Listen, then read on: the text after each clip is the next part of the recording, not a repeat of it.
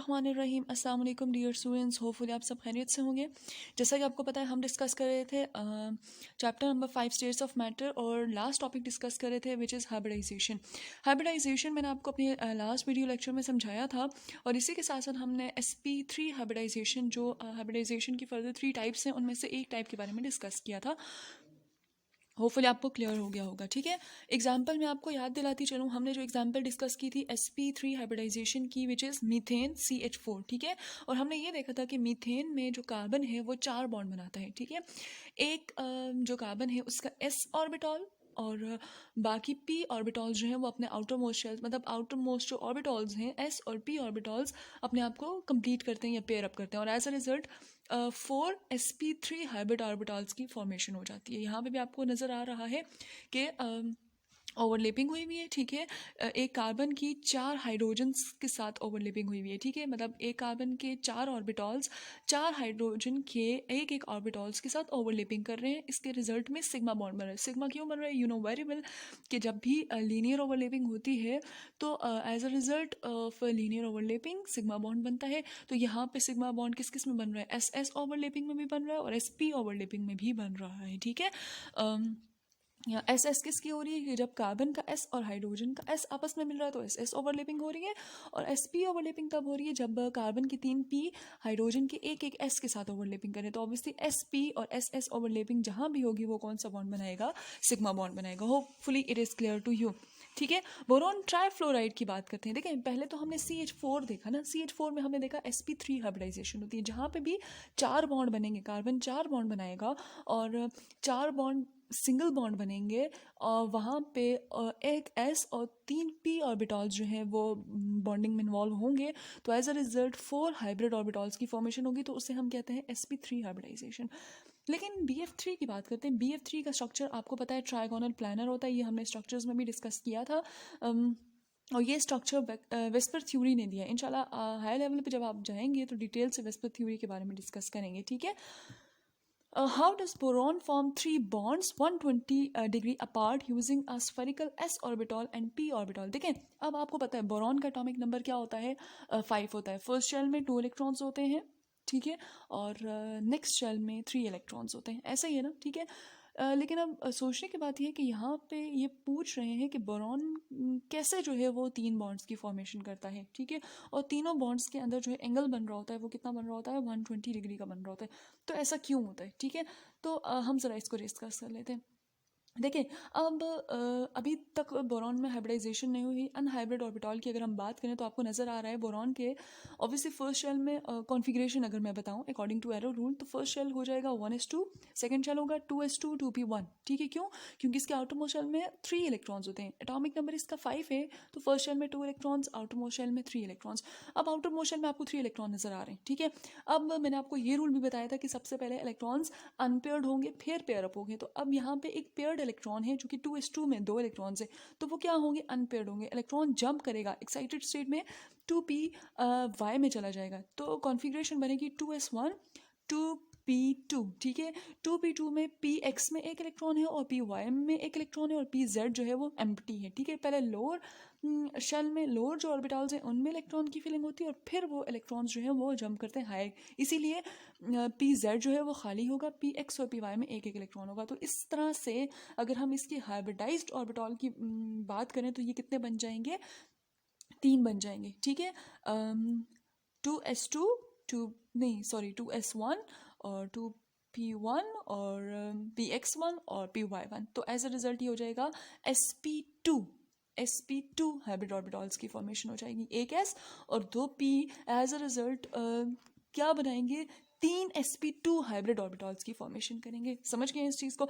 अब इसके रिजल्ट में क्या होगा? फॉर एग्जांपल आप 3 फ्लोरीन्स ले लें या हाइड्रोजन ही ले लें। ठीक है, यहाँ पे 3 हाइड्रोजन आएंगे, एक हाइड्रोजन S के साथ बॉन्डिंग बनाएगा और दूसरे 2 हाइड्रोजन्स जो हैं वो बाकी दोनों हाइड्रोजन्स के साथ बॉन्ड, बाकी दोनों क्या कहेंगे सिंपली हम कि बोरॉन के P जो ऑर्बिटल्स हैं उनके साथ बॉन्ड बनाएंगे। ठीक है, ओके।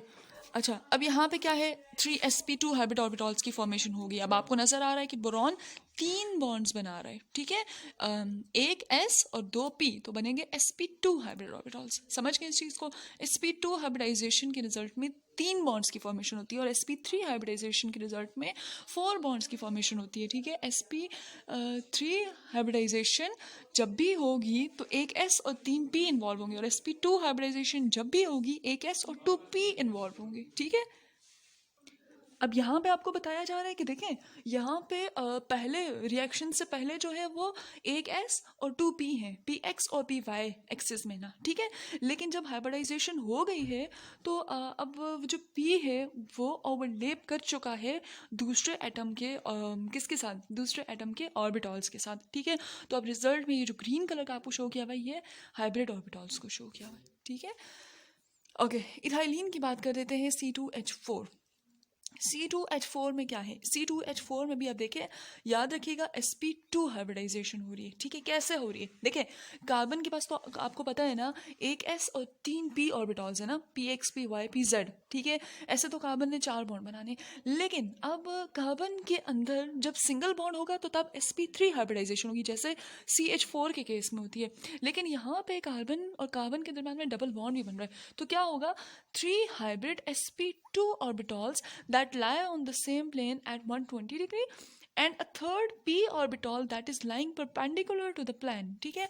अब यहाँ पे क्या है, एक जो कार्बन है, ऑब्वियसली अगर मैं यहाँ पे आपको एक्सप्लेन करूँ with the help of example, तो मैं आपको बता देती हूँ कि देखिए, एक कार्बन यहाँ पे बॉन्ड बना रहा है इस हाइड्रोजन के साथ, दूसरा यहाँ पे बॉन्ड बना रहा है और तीसरा यहाँ पे बॉन्ड बना रहा है, ठीक है। अब ये बॉन्ड कैसे बन रहा है, देखें, आप आसान लफ्जों में ये याद रख लेना कि कार्बन की एक S ने हाइड्रोजन के एक S के साथ बॉन्ड बना दिया, ठीक है। कार्बन के एक P ने दूसरे हाइड्रोजन के साथ दूसरे हाइड्रोजन के S के साथ बॉन्ड बना दिया, ठीक है।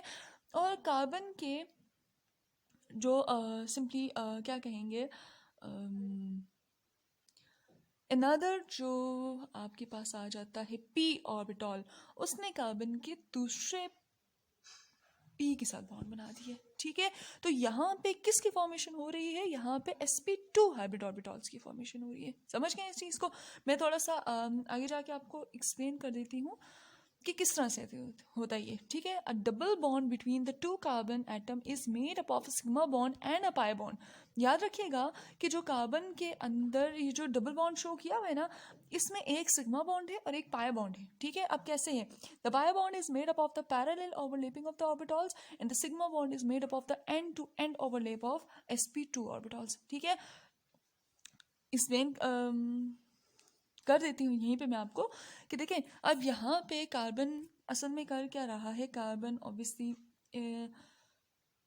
इट इज S में एक इलेक्ट्रॉन है और P में तीन इलेक्ट्रॉन्स हैं, ठीक है, एक दो तीन और एक, ठीक है। और दूसरी तरफ एक और कार्बन भी है हमारे पास जो कि क्या कर रहा है, वहीं पे दूसरे कार्बन के साथ बॉन्ड बना रहा है, तो उस कार्बन के पास भी एक S भी है और बाकी P भी है। समझ गए इस चीज़ को, ठीक है। अब याद रखिएगा ये P ओवरलैप कर लेंगे आपस में, समझ गए। और ये कौन सी ओवरलैपिंग होगी, ये P ओवरलैपिंग होगी जो कि साइड वाइज ओवरलैपिंग होती है। दिस इज P ओवरलैपिंग, और ये कौन सी होगी, साइड वाइज ओवरलैपिंग होगी। ये वाली जो है ये P ओवरलैपिंग होगी और ये साइड वाइज ओवरलैपिंग होगी, जिसे हम पाई बॉन्ड बोलते हैं। पीछे रह जाता है आपके पास एक S और दूसरा P, PX PY, और यहाँ पे भी क्या है, एक S और PX PY। तो एज अ रिजल्ट कौन से हाइब्रिड ऑर्बिटल्स की फॉर्मेशन होगी, sp2 हाइब्रिड ऑर्बिटल्स की फॉर्मेशन होगी, ठीक है।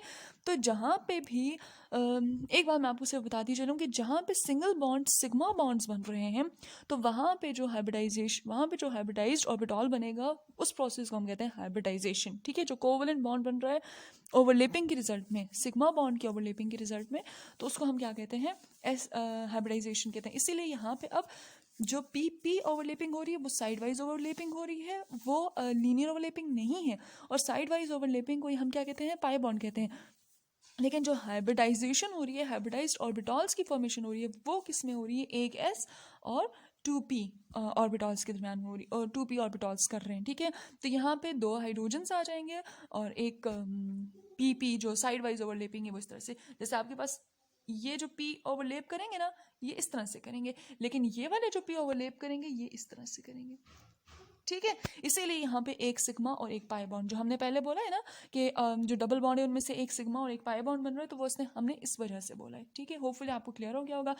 BeCl2 की बात करते हैं। BeCl2 में क्या होती है, अब देखें जहाँ पे एक एटम 2 बॉन्ड बना रहा है तो वहाँ पे sp हाइब्रिडाइजेशन होती है। कैसे होती है, देखें बेरिलियम का एटॉमिक नंबर होता है क्या 4, ठीक है। ऑब्वियसली 4th नंबर पे आ रहा है हाइड्रोजन, हीलियम, लिथियम, बेरिलियम।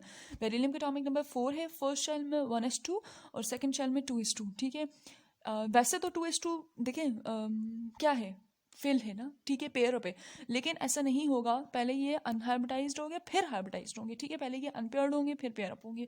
तो अनपेयर कैसे होंगे कि 2s2 का एक इलेक्ट्रॉन जो है वो जंप करके 2px में चला जाएगा, तो ये अनपेयर्ड ऑर्बिटॉल्स बनेंगे। कितने अनपेयर्ड ऑर्बिटॉल्स बनेंगे आपको यहाँ पे नजर आ रहे हैं, ये 2 अनपेयर्ड ऑर्बिटॉल्स बनेंगे। तो ये कौन सी हाइब्रिडाइजेशन होती है, sp हाइब्रिडाइजेशन होती है, जिसमें एक s और एक p बॉन्डिंग में इन्वॉल्व होता है। अब यहाँ पे 2 क्लोरीन आ जाएंगे और एज अ रिजल्ट या कोई भी 2 दूसरा एलिमेंट जो बेरिलियम के साथ बॉन्ड बनाते हैं वो आ जाएंगे और एज अ रिजल्ट यहाँ पे ओवरलेपिंग होगी और as a result sp hybridized orbital की फॉर्मेशन हो जाएगी, ठीक है। sp हाइब्रिडाइज्ड ऑर्बिटॉल में क्या हो रहा है, एक s और एक p जो है वो बॉन्डिंग में इन्वॉल्व हो रहा है, ठीक है। होपफुली आपको क्लियर हो गया होगा। अगर कोई कन्फ्यूजन है तो आप मुझसे पूछ सकते हैं। जहाँ से भी समझ नहीं आ रही, कोई भी ऐसी चीज़ है जो आपको कंफ्यूज कर रही है तो आप मुझसे पूछ सकते हैं, ठीक है। Thank you so much.